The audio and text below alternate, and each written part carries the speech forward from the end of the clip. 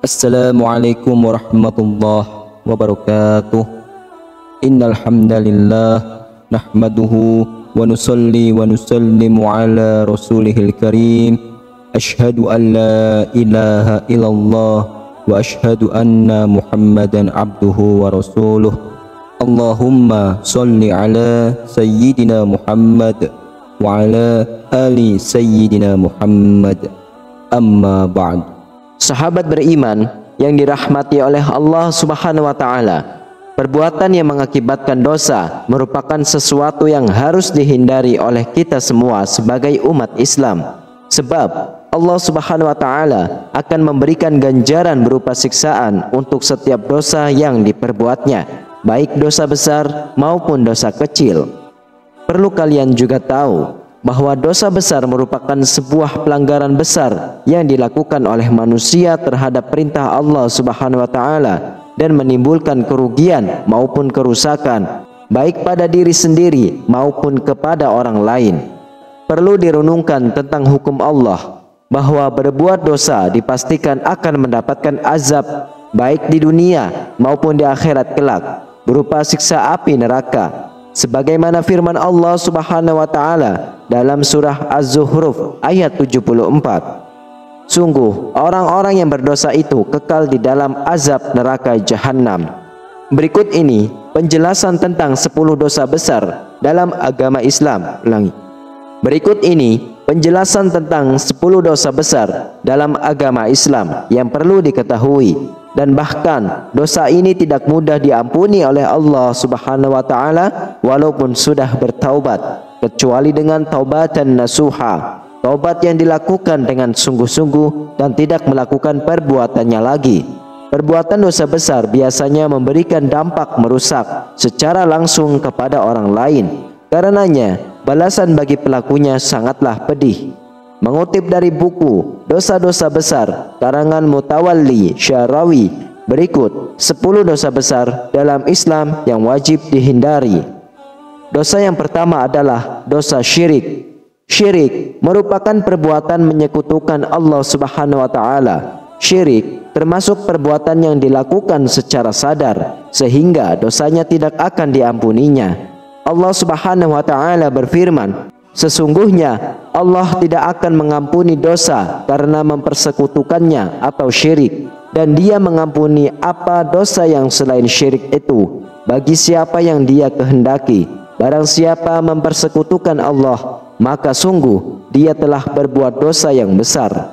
Quran surah An-Nisa ayat 48.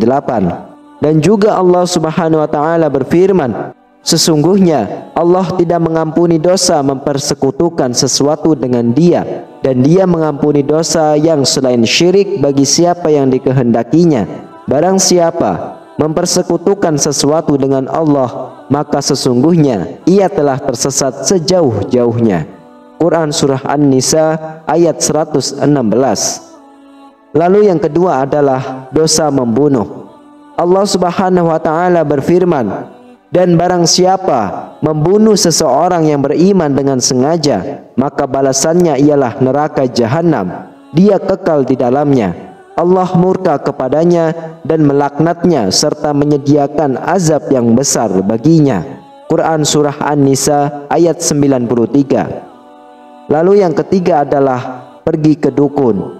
Rasulullah Shallallahu alaihi wasallam bersabda, barang siapa mendatangi peramal lalu bertanya kepadanya tentang sesuatu, maka tidak diterima sholatnya selama 40 hari.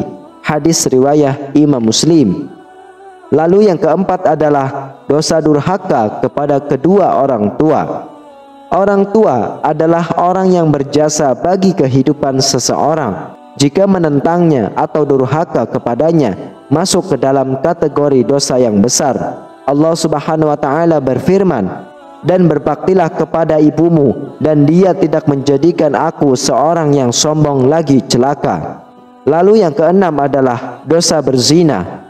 Berzina adalah bercampurnya antara laki-laki dan perempuan tanpa adanya ikatan pernikahan.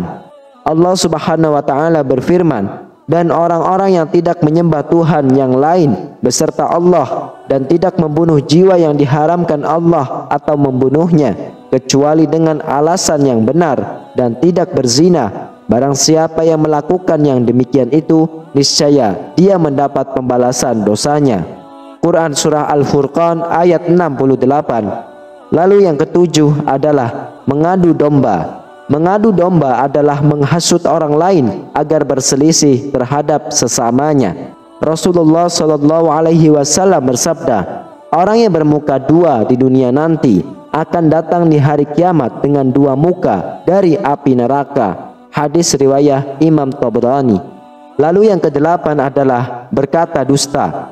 Diriwayatkan dari Ali radhiyallahu anhu, Rasulullah SAW bersabda, jangan pernah mengatakan dusta tentang aku, sebab siapapun yang mengatakan kebohongan tentang aku, maka niscaya ia akan dimasukkan ke dalam api neraka.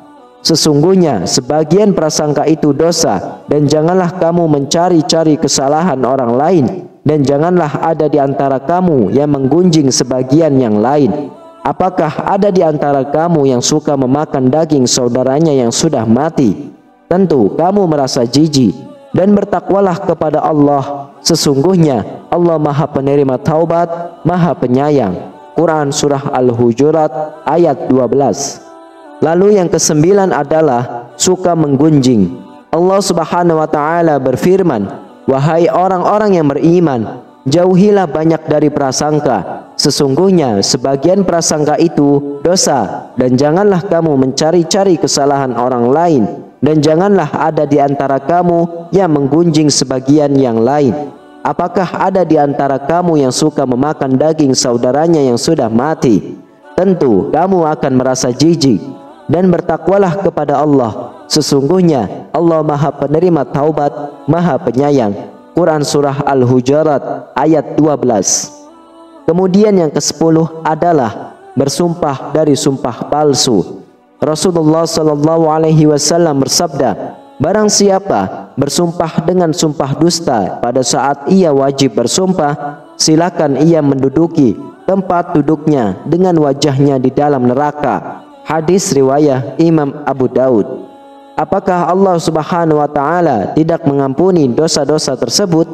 Allah Subhanahu wa Ta'ala berfirman, katakanlah, wahai hamba-hambaku yang melampaui batas terhadap diri mereka sendiri, janganlah kamu berputus asa dari rahmat Allah. Sesungguhnya Allah mengampuni dosa-dosa semuanya. Sungguh dialah yang Maha Pengampun, Maha Penyayang. Quran Surah Az-Zumar ayat 53. Ayat tersebut menjelaskan bahwa sebesar apapun dosa seorang hamba, maka Allah akan mengampuninya apabila ia melakukan taubatan nasuha atau bertobat dengan sungguh-sungguh. Demikianlah para sahabat yang beriman. Itulah 10 tanda dosa-dosa besar yang tidak diampuni oleh Allah. Hanya dengan bertaubat yang sungguh-sungguhlah dan tidak akan mengulanginya lagi, maka Allah Subhanahu wa Ta'ala akan mengampuni dosa-dosanya.